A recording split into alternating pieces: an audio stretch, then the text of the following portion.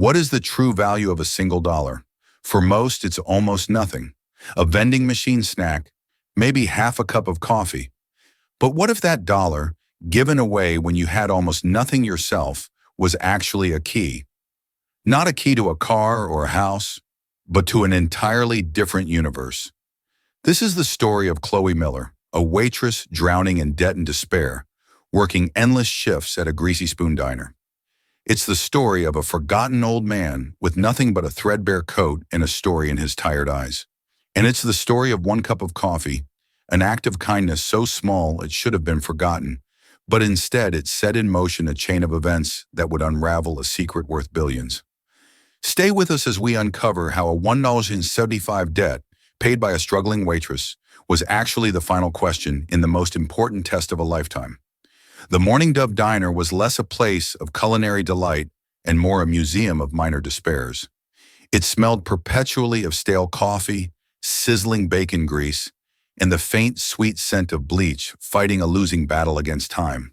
The red vinyl on the booth seats was cracked like old leather, showing glimpses of yellow foam stuffing beneath. For Chloe Miller, this place was both her prison and her sanctuary. At 26, her life was a tightrope walk over a canyon of debt, and the diner was the flimsy rope she clung to. Her dreams of being a graphic designer, of creating vibrant worlds on a screen, were gathering dust in a portfolio under her bed. Reality was a different kind of art, the art of balancing a tray of steaming plates, of smiling through exhaustion, and of calculating tips down to the last cent. Every penny mattered. Every single cent was a soldier in the war to keep her and her younger sister Lily afloat. Lily was the sun Chloe orbited. At 16, she should have been worried about prom dresses and final exams.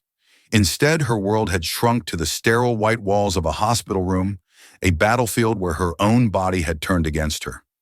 A rare autoimmune disorder was methodically, cruelly shutting her down. The treatments were experimental, ruinously expensive, and not fully covered by their barely there insurance. So Chloe worked. She took double shifts, picked up holiday hours, and wore a smile as brittle as spun sugar, while her heart felt like a lead weight in her chest. This Tuesday morning was like any other. The morning rush had been a flurry of impatient construction workers and quiet office drones. Now in the mid-morning lull, the diner was sparsely populated.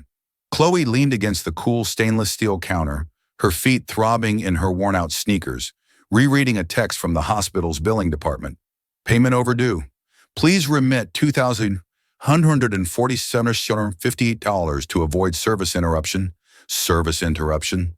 They made it sound like a cable subscription. Daydreaming again, Miller? Chloe jumped, stuffing her phone back into her apron pocket.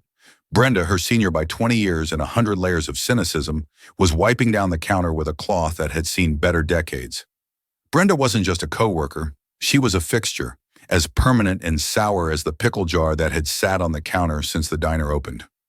Her face was a permanent scowl, her eyes two narrow slits of judgment that missed nothing and forgave less. Just checking the time, Chloe lied, forcing a lightness into her voice she didn't feel. Right. Time to face the music.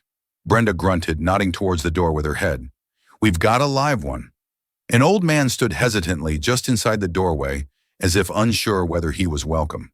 He was painfully thin, his frame lost inside a tweed overcoat that was frayed at the cuffs and collar. His gray hair was unkempt, and his face was a roadmap of wrinkles. But it was his eyes that caught Chloe's attention. They were a pale, washed-out blue, cloudy with age, and they held a deep, profound weariness that seemed to suck the light out of the room. He clutched a worn, flat cap in his trembling hands.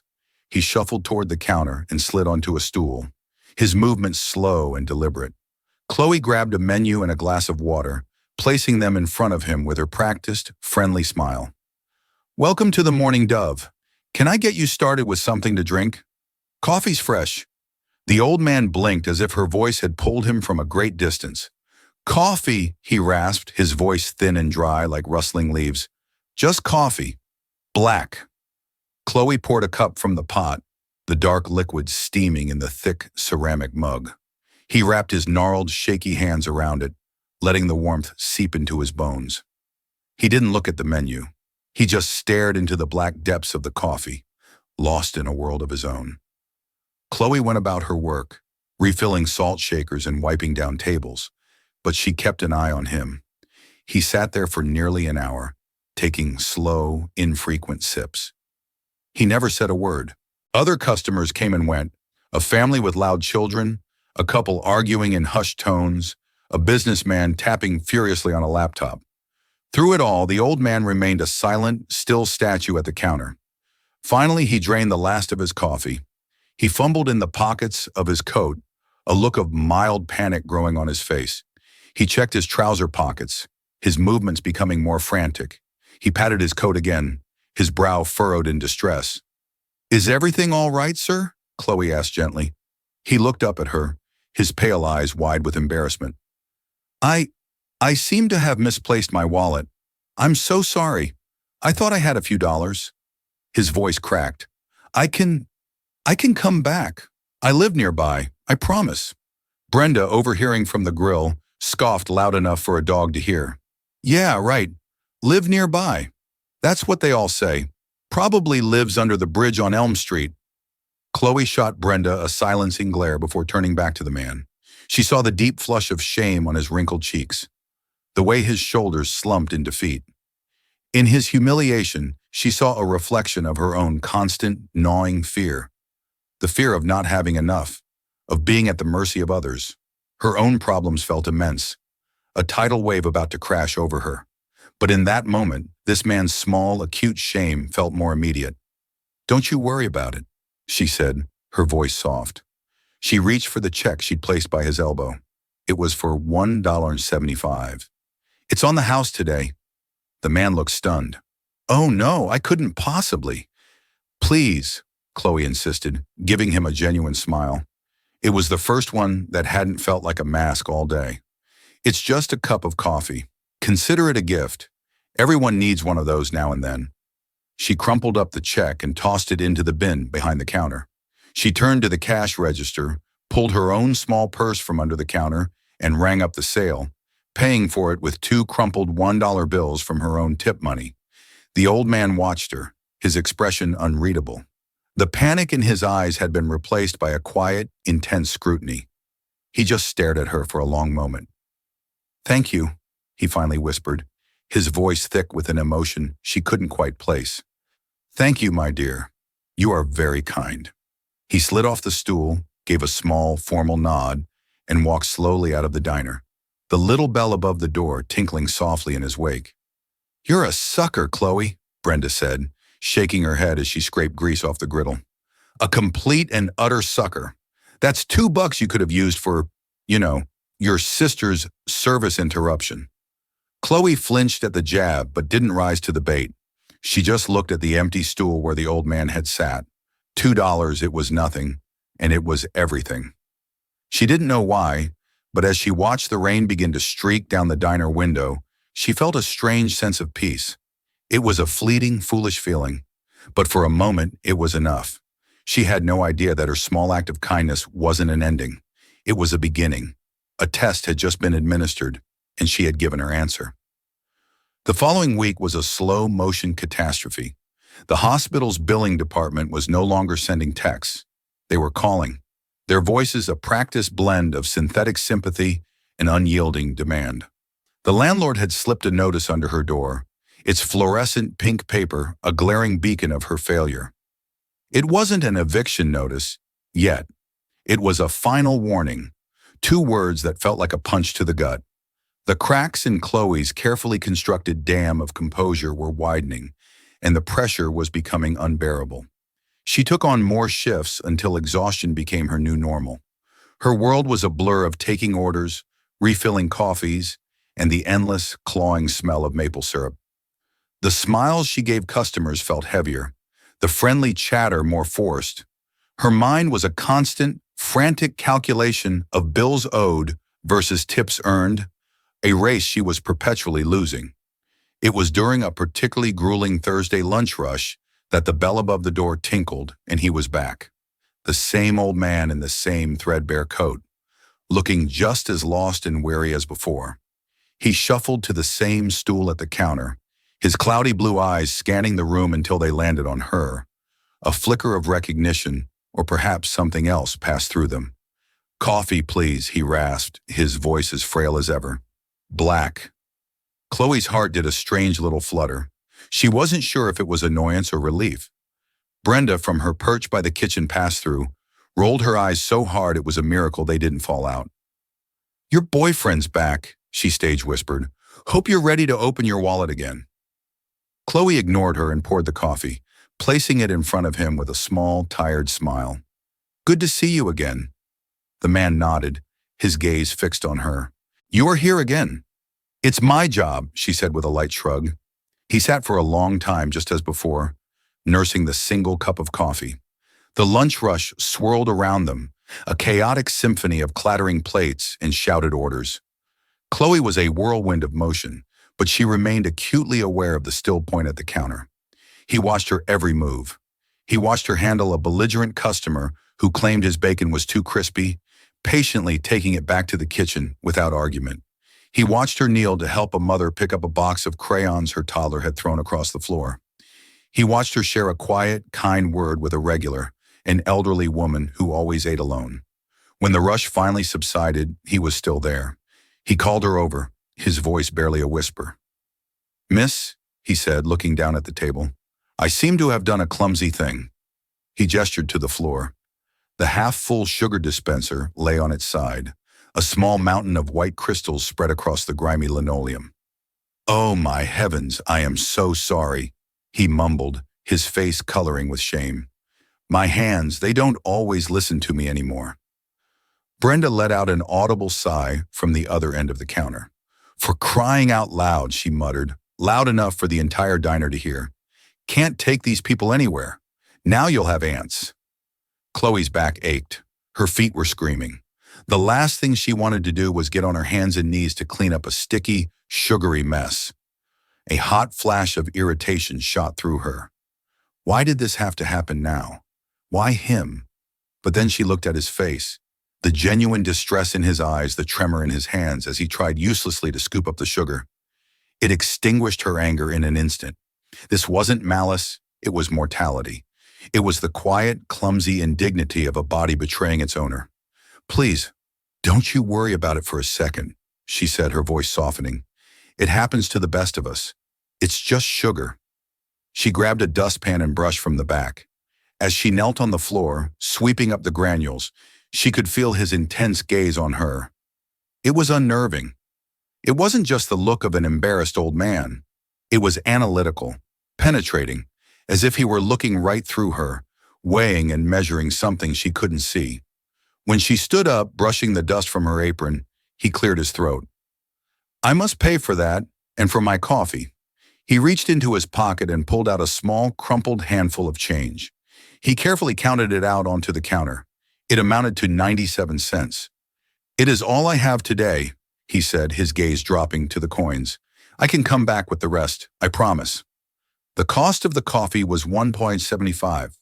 The cost of a refilled sugar dispenser was negligible in terms of money, but significant in terms of diner politics.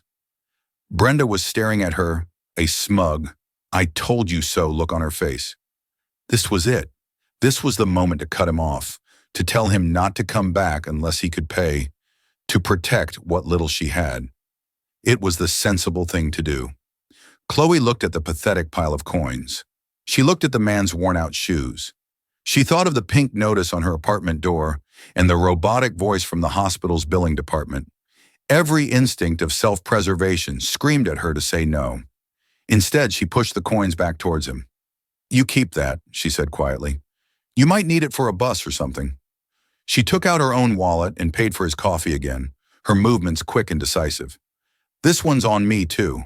Don't worry about the sugar." The man didn't thank her this time. He just stared at her, his cloudy eyes seeming to clear for a moment, revealing a startling, sharp intelligence. He slowly scooped the coins back into his pocket, his gaze never leaving her face. "Why?" he asked, his voice suddenly stronger, less raspy. Chloe was taken aback by the directness of the question. "Why? What? Why do you do that?" he pressed. "This is the second time. You work for tips. You cannot afford to give away your earnings." It wasn't a question, it was a statement of fact. and it hit a little too close to home. My mother always said that you don't measure your wealth by what you have, but by what you can give away, Chloe found herself saying, the words tumbling out before she could stop them. It was something her mom used to say before she got sick and passed away, leaving Chloe to care for Lily. And sometimes a cup of coffee is more than just a cup of coffee. The man's expression softened. He gave a slow, deliberate nod, as if she had just confirmed a long-held hypothesis. He stood up, placed his flat cap on his head, and walked out without another word. As the door tinkled shut, Brenda strode over, her arms crossed. I don't believe you. You are certifiably insane, Chloe Miller. He's playing you like a fiddle, a broke, grimy old fiddle. Mark my words, he'll be back, and next time he'll have a sob story about needing money for his sick parakeet. Chloe didn't respond. She just wiped down the sticky spot on the counter where the sugar had been. She didn't feel insane. She felt strangely calm. She had acted against all logic, against all self-interest. It was reckless. It was stupid. And for some reason, it felt like the only right thing to do in a world that felt so wrong. But as she headed home that night to her pink slip door, a cold knot of dread tightened in her stomach. Kindness didn't pay the rent, and time was running out. The eviction notice arrived a week later. The fluorescent pink of the warning was gone, replaced by the stark, official white of a legal document. The words "Notice to Vacate" seemed to leap off the page in bold black letters. She had 30 days. 30 days to come up with 3 months of back rent or find a new place to live. The thought of packing up her life, of finding a new home she couldn't afford, of disrupting the fragile stability she was trying to maintain for Lily, was paralyzing. That same afternoon, the hospital called again. Lily had developed a complication, a minor infection that her compromised immune system was struggling to fight. The doctor was calm, reassuring, but Chloe heard the unspoken words between the lines. This is serious. This is expensive. He mentioned a new course of antibiotics, ones that were, of course, not fully covered by insurance. The number he quoted made the room spin. Chloe hung up the phone and sank onto her lumpy sofa, the eviction notice crinkling in her hand. For the first time, she felt the fight drain out of her. She was adrift in a vast, indifferent ocean, and she had forgotten how to swim. Despair, cold and heavy, settled over her like a shroud. She dragged herself to work the next day, her face pale, her movements robotic. Every customer's smile, every polite request felt like a physical blow. She was a ghost in an apron, haunting the aisles of the Morning Dove diner. And then he came in, the old man. It was late afternoon, the diner nearly empty. He didn't take his usual seat at the counter. Instead, he shuffled to a small booth in the corner, sinking into the cracked vinyl with a weary sigh. Chloe approached his table, her order pad in her hand, her mind a million miles away. She barely registered his presence beyond a familiar shape. "The usual?" she asked, her voice flat. He looked up at her, and for the first time, she saw a raw, genuine anguish in his eyes that mirrored her own. His face was ashen, his hands trembling more violently than usual. "My dear," he began, his voice cracking with emotion. I am in terrible trouble." Chloe braced herself. Here it comes, she thought, Brenda's cynical voice echoing in her head. The sick parakeet. "It's my granddaughter," he said, his voice dropping to a conspiratorial, desperate whisper. "It's her birthday today. She's 7. I was supposed to meet my son to give her a present, but I lost the money. I had $50, saved up for weeks. It must have fallen out of my pocket on the bus." He looked down at his empty, trembling hands. "I can't show up empty-handed, not on her birthday. It would break her little heart, and my son, he would be so disappointed in me." He looked up at her, his pale blue eyes swimming with unshed tears. "I don't know who else to ask. I know I have no right, but could you possibly lend me $20? Just 20? I'll pay you back. I get my pension check next week. I swear on my life I will come back and pay you." Chloe stood frozen, the pen hovering over her notepad. $20. To her, at that moment, it might as well have been 20,000. It was the gas money she needed to get to the hospital for the next week. It was the groceries she was planning to buy on the way home. It was a tiny fraction of what she owed, but it was tangible. It was hers. Everything in her screamed no. The rational part of her brain, the part that was staring at the eviction notice taped to her refrigerator, told her to walk away. He was a stranger, a mooch, a con artist preying on her good nature. Brenda would laugh her out of the diner. But his story, a granddaughter's birthday, the fear of disappointing his son, it was so specific, so painfully human. She looked at his desperate, tear-filled eyes, and she didn't see a con man. She saw a grandfather. She saw the same desperation she felt every time she looked at Lily, the same gut-wrenching fear of letting down the person you love most in the world. Her resolve crumbled. "Wait here," she whispered. She walked to the back, near the employee lockers. Her hands shook as she pulled out her wallet. Inside was a $50 bill and a few singles. She had cashed a check from a catering gig she'd done on her day off. It was supposed to be a down payment on the rent, a pathetic offering to the landlord to beg for more time. She stared at the 50. It was her lifeline. With a deep, shuddering breath, she pulled out two $20 bills and a 10. She folded the two 20s together and tucked them into her apron. The 10 she put back. A voice screamed at her, calling her a fool, a martyr, a complete and utter idiot. She ignored it. She walked back to the booth and slid the folded bills across the table to him. "Here," she said, her voice barely audible. "This is 40. Get her something nice and get yourself a hot meal." The old man stared at the money, then up at her, his mouth agape. He looked at the $40 as if it were a winning lottery ticket. He seemed genuinely, profoundly shocked. I only asked for 20, he stammered. "I know," Chloe said, a strange, almost reckless calm settling over her. "But a 7-year-old deserves something special for her birthday." She was at rock bottom. She had nothing left to lose, it felt. And in that moment of complete financial ruin, giving away that money felt less like a loss and more like an act of defiance.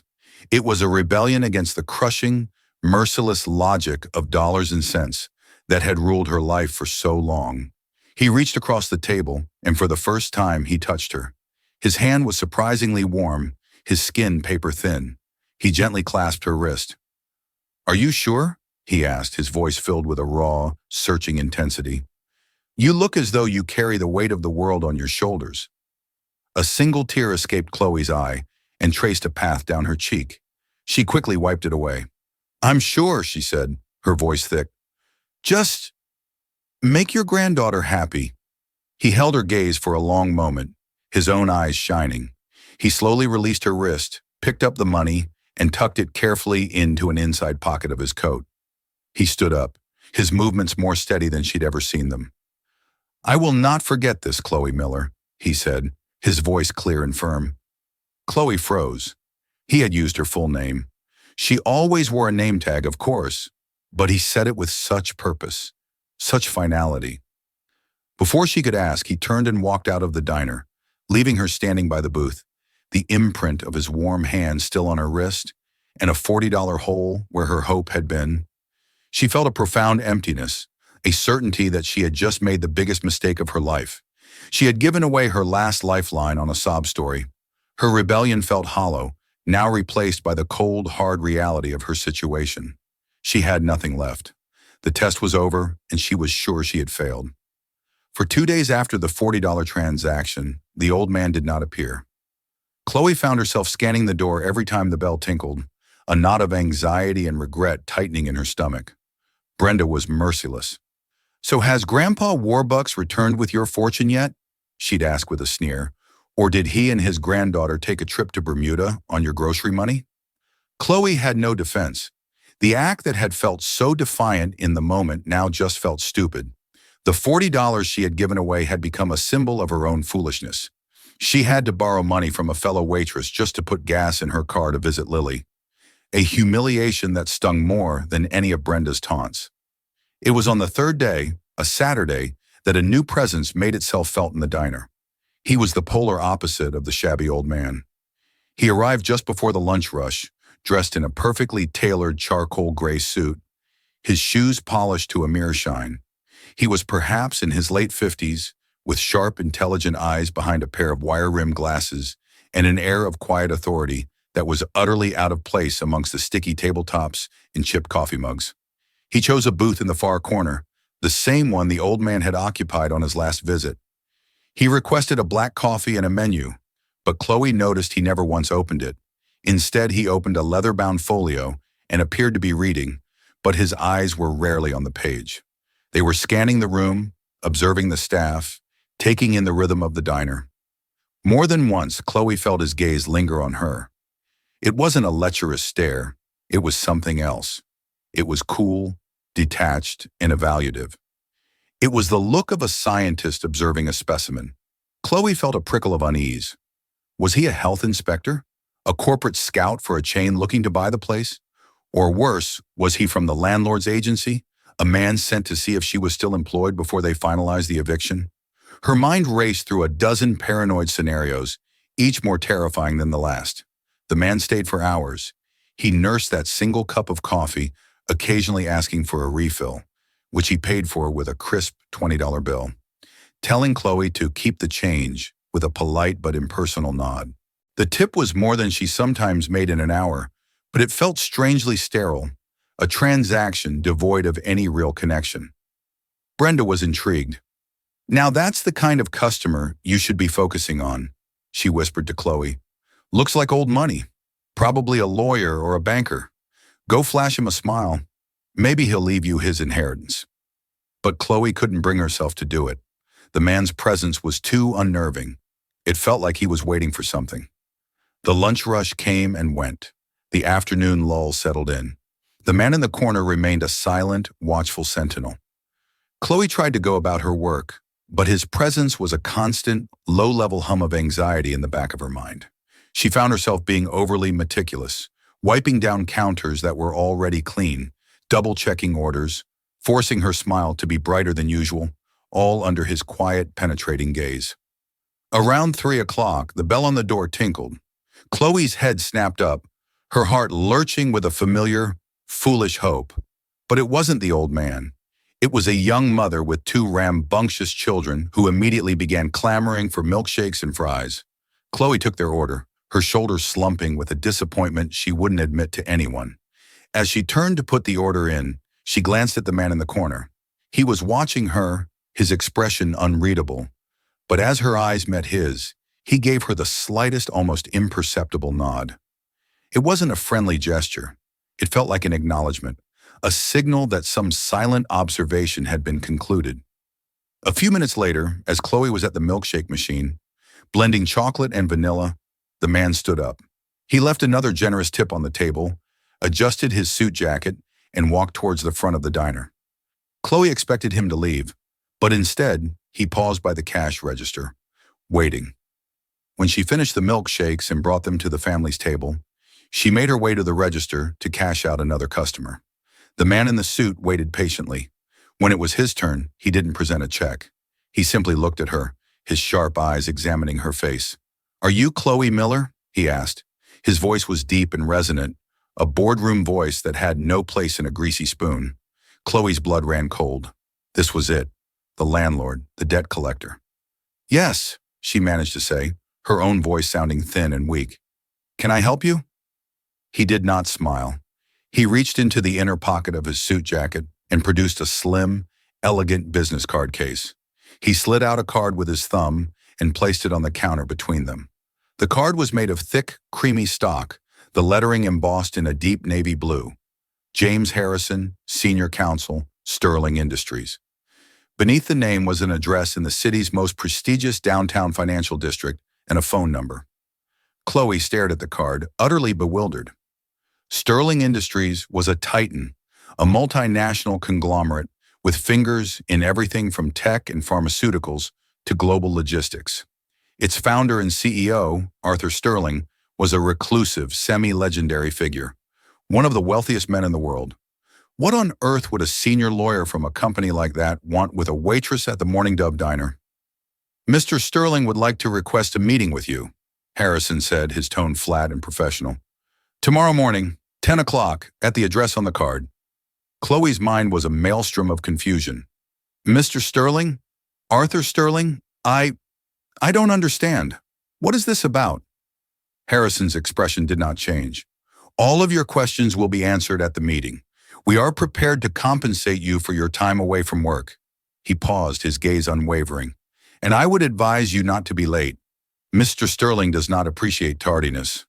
Without another word, he turned and walked out of the diner, leaving the business card sitting on the counter like a strange, impossible artifact from another world. Chloe picked it up, her fingers trembling. Sterling Industries. Arthur Sterling. The name echoed in her head, but it made no sense. She had no connection to that world of unimaginable wealth and power. From across the diner, Brenda called out, "What did Mr. Fancy Pants want? Did he offer you a job polishing his silverware?" Chloe couldn't answer. She just stared at the card, a terrifying, exhilarating, and utterly insane idea beginning to form in the deepest recesses of her mind. An idea so ludicrous she barely dared to think it. The old man, his cloudy, pale blue eyes, his strange, persistent tests, his final words. "I will not forget this, Chloe Miller." Could it be? No, it was impossible. It was the stuff of fairy tales and cheap novels. And yet, the business card in her hand felt undeniably real. Tomorrow morning, 10 o'clock. One way or another, she was about to find out. The next morning, Chloe stood on a rain-slicked marble plaza, staring up at a skyscraper that seemed to pierce the gray, overcast sky. The words Sterling Tower were carved in massive, severe letters above a set of revolving glass doors. This was the address from the card. It felt less like a building and more like a monument to a god she'd never heard of. She had spent a sleepless night tossing and turning, her mind a frantic battlefield of speculation. She'd called the diner and begged for the morning off, offering to work a double shift the next day to make up for it. Her manager, swayed by the desperation in her voice, had reluctantly agreed. Now, standing at the foot of this glass and steel behemoth, she felt a crippling wave of imposter syndrome. She was wearing her best and only interview outfit, a simple black skirt and a slightly faded blue blouse she'd ironed 3 times. She felt like a stray cat that had wandered into a palace. Every person who swept past her through the revolving doors exuded an aura of wealth and purpose, their expensive suits and leather briefcases a stark contrast to her worn handbag. Taking a deep, shaky breath, she pushed her way through the doors into a lobby so vast and silent it felt like a cathedral. The floors were polished black granite, the walls were adorned with enormous, abstract modern art, and a single, severe-looking receptionist sat behind a desk that was longer than Chloe's entire kitchen. Her heart pounding, she approached the desk. "Excuse me," she said, her voice barely a whisper. "I have a 10 o'clock appointment with Mr. Sterling." Saying the name out loud felt absurd. The receptionist, a woman with unnervingly perfect hair, looked up from her computer, her expression a cool mask of professional indifference. "Your name?" "Chloe Miller." The receptionist tapped a few keys. Her eyebrows rose a fraction of an inch. "Ah, yes, Miss Miller. Mr. Harrison is expecting you. Please take the private elevator on your right. It has been keyed for the penthouse floor." A private elevator. The penthouse floor. The sense of surrealism intensified. Chloe walked on trembling legs to a discreet, unmarked steel door that slid open silently as she approached. The elevator was lined with dark, polished wood and had only one button, a simple, glowing P. The ascent was unnervingly fast and completely silent. Her ears popped as the elevator climbed, the floors flashing by on a small digital display.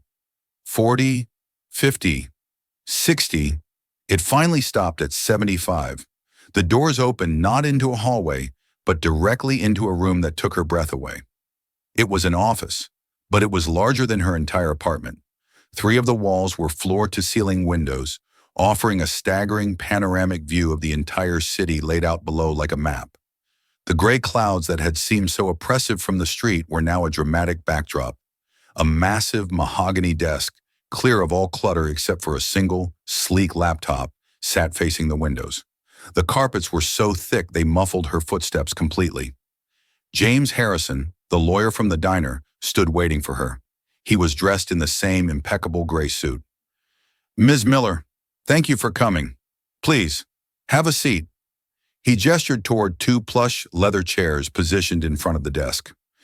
As Chloe sat down, Her eyes were drawn to a series of framed photographs on a credenza behind the desk. Most were of buildings and oil rigs, corporate triumphs. But one was different. It was a black and white photo of a smiling, handsome young man with his arm around a beautiful woman with kind, laughing eyes. The young man was a stranger, but there was something vaguely familiar about his features. "Can I offer you something?" Harrison asked. "Coffee? Water?" "Water would be fine, thank you," Chloe managed to squeak. Harrison poured a glass of water from a crystal carafe and handed it to her. Her hand was shaking so badly she had to use both to hold the glass steady. "I know you must have many questions," Harrison began, taking the seat opposite her, "and I assure you, they will all be answered. Mr. Sterling will be with you shortly. He wanted me to begin by extending his apologies." "Apologies?" Chloe asked, confused. "For what?" "For the deception," Harrison said, his face unreadable. It was, however, a necessary component of his endeavor. Before Chloe could ask what he meant, a side door she hadn't noticed opened, and a man walked in. He was tall and wore a perfectly tailored navy blue suit. His silver gray hair was neatly combed, and his face, though lined with age, held an undeniable aura of power and intelligence. He moved with a quiet confidence that filled the room. But it was his eyes that made Chloe's breath catch in her throat. They were a pale, piercing blue. They were no longer cloudy or weary. They were sharp, clear, and focused. And they were looking directly at her. It was him. It was the old man from the diner, transformed, remade. The threadbare coat was gone, replaced by fine wool. The shuffling, hesitant gait was gone, replaced by an authoritative stride. But the face, the eyes, the essence of the man, it was unmistakably the same. He walked around the massive desk and sat in the large leather chair, the entire city skyline his backdrop. He folded his hands on the polished wood and looked at Chloe. The look was no longer pitiful or desperate. It was the same intense, analytical gaze she had felt on her when she was cleaning up the sugar, but 100 times more potent. Chloe stared, speechless. Her mind reeled, trying to reconcile the image of the frail, penniless old man with the formidable titan of industry sitting before her. The shabby coat, the lost wallet, the spilled sugar, the sob story about a granddaughter. It all flashed through her mind. A deception, Harrison had called it. It had all been an act, a calculated, elaborate lie. A hot wave of humiliation and anger washed over her. She had been played, her sympathy, her kindness, her sacrifice. It had all been for the amusement of a bored billionaire. She had given him her last $40, money she desperately needed for her sister, for rent, and it had all been a game. She stood up abruptly, the chair scraping against the floor. The glass of water trembled in her hand. "You," she whispered, her voice shaking with a mixture of awe and fury. "It was you?" The man did not flinch. He simply held her gaze, his expression calm, almost sad. "Yes, Ms. Miller," said Arthur Sterling, his voice no longer raspy and weak, but the rich, commanding baritone of a CEO. "It was me. Please sit down. We have a great deal to talk about." Chloe remained standing, her body rigid with a fury born of humiliation. "Talk about what?" she demanded, her voice shaking. "How you enjoyed your game? Pretending to be homeless to watch the struggling waitress give you her last dime? Was my pity a fun little diversion for you?" Arthur Sterling did not react to her anger. He simply gestured to the chair. "Please, Chloe, sit. You have every right to be angry, but you have also earned an explanation." The quiet sincerity in his voice cut through her rage. Hesitantly, she sank back into the plush leather chair. James Harrison stood by, a silent, discreet observer. "For the past year," Arthur began, his voice calm and measured, "I have been conducting an experiment. I became Art, the old man with the shabby coat, to find an answer to a question that was destroying me." His gaze drifted to a black and white photograph on the credenza, the one of a man and a woman. "That was my wife, Isabel," he said, a profound grief softening his features. "She was the heart of my life. She came from nothing and believed in one simple truth, that the measure of a person is how they treat someone who can do nothing for them in return. She lived that truth every single day, When she died 2 years ago, Arthur continued, I was left surrounded by people who wanted something from me. Their kindness was always a transaction. I grew cynical. I started to believe that the world Isabel saw, a world of quiet decency, had died with her. He looked back at Chloe, his eyes locking with hers. So I set out to find it. I became invisible, a burden, a nobody. I wanted to find one person who would show kindness without expectation. For months, I was ignored, dismissed, and treated with contempt. The little charity I received was offered with annoyance, not dignity. Then I walked into your diner. He said, the first time you paid for my coffee, I was intrigued.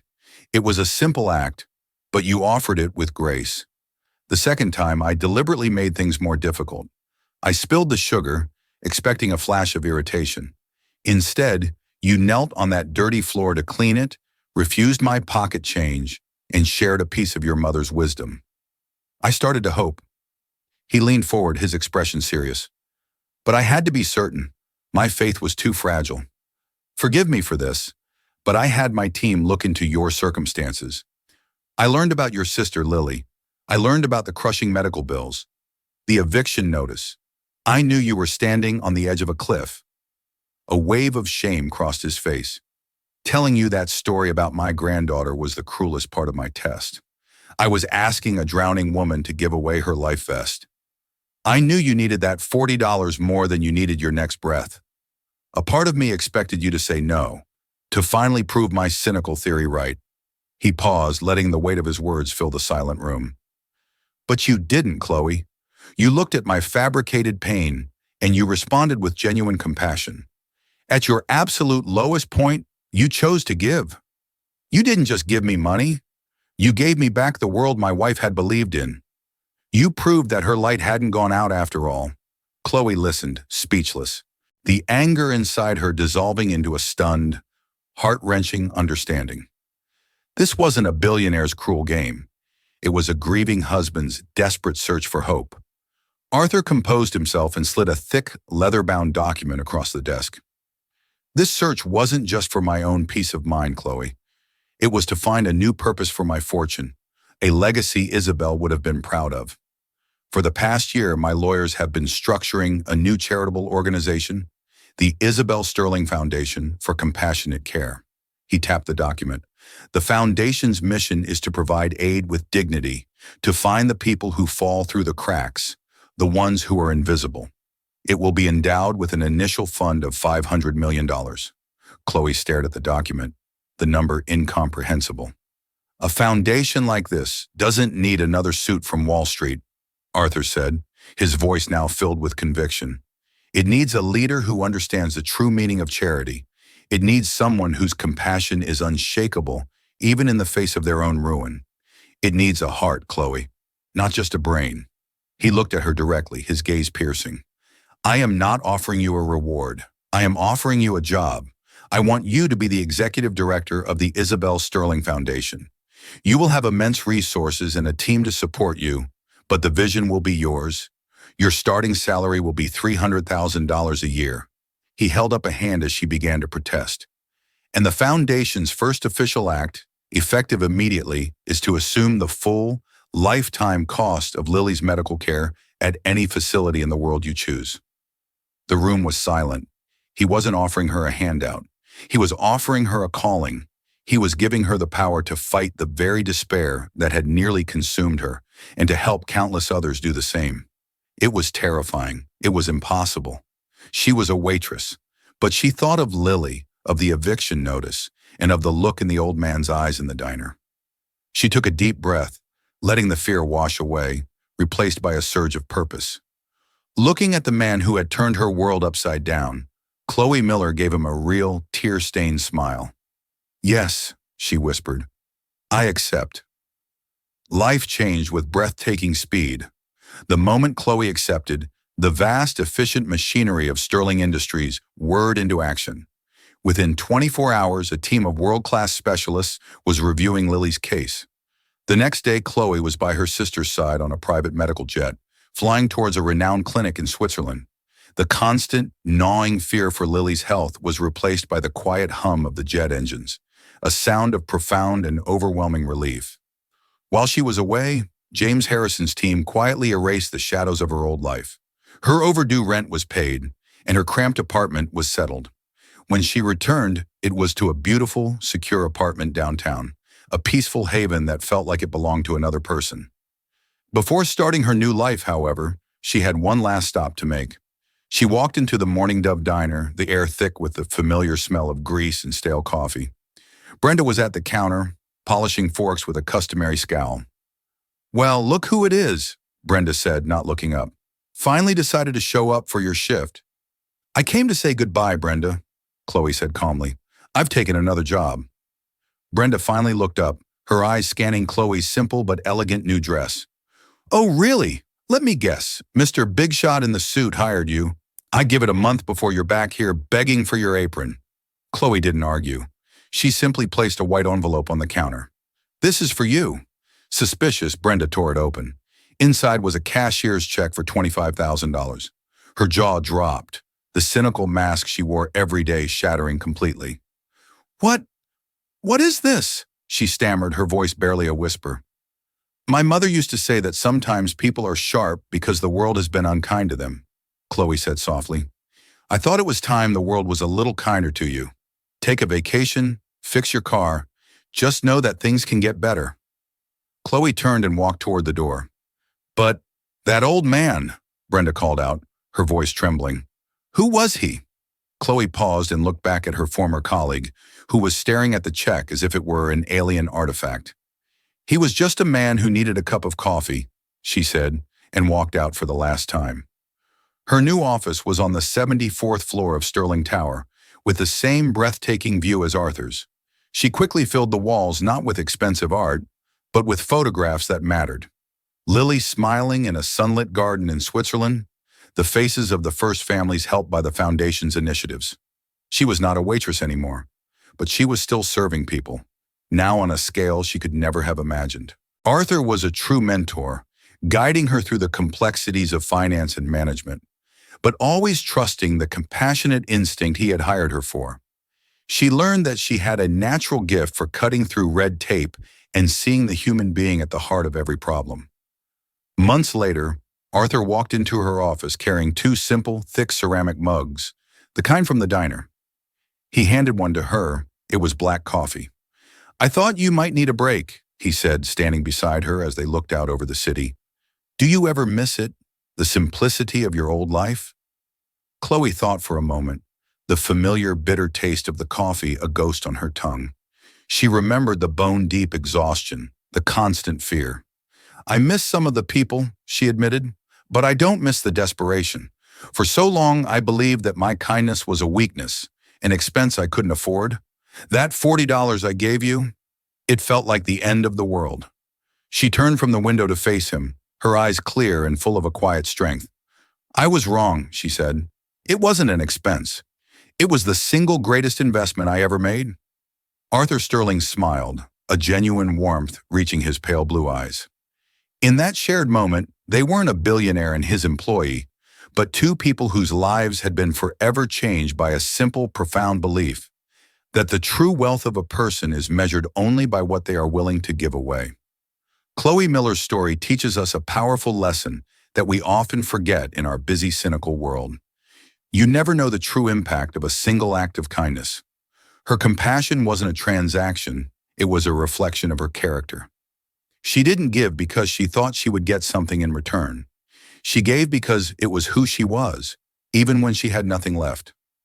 Arthur Sterling wasn't just looking for a kind person. He was looking for a leader whose wealth was measured in empathy, not dollars. This story is a reminder that the best parts of humanity often shine brightest in the darkest moments. The smallest gesture can be the key that unlocks a destiny you never knew was waiting for you. If this story touched your heart and reminded you of the power of compassion, please help us share it. Hit that like button. Share it with someone who needs to hear an inspiring message today. And be sure to subscribe to our channel for more real-life stories that uncover the extraordinary in the ordinary. What's the kindest thing a stranger has ever done for you? Let us know in the comments below. We'd love to hear your stories.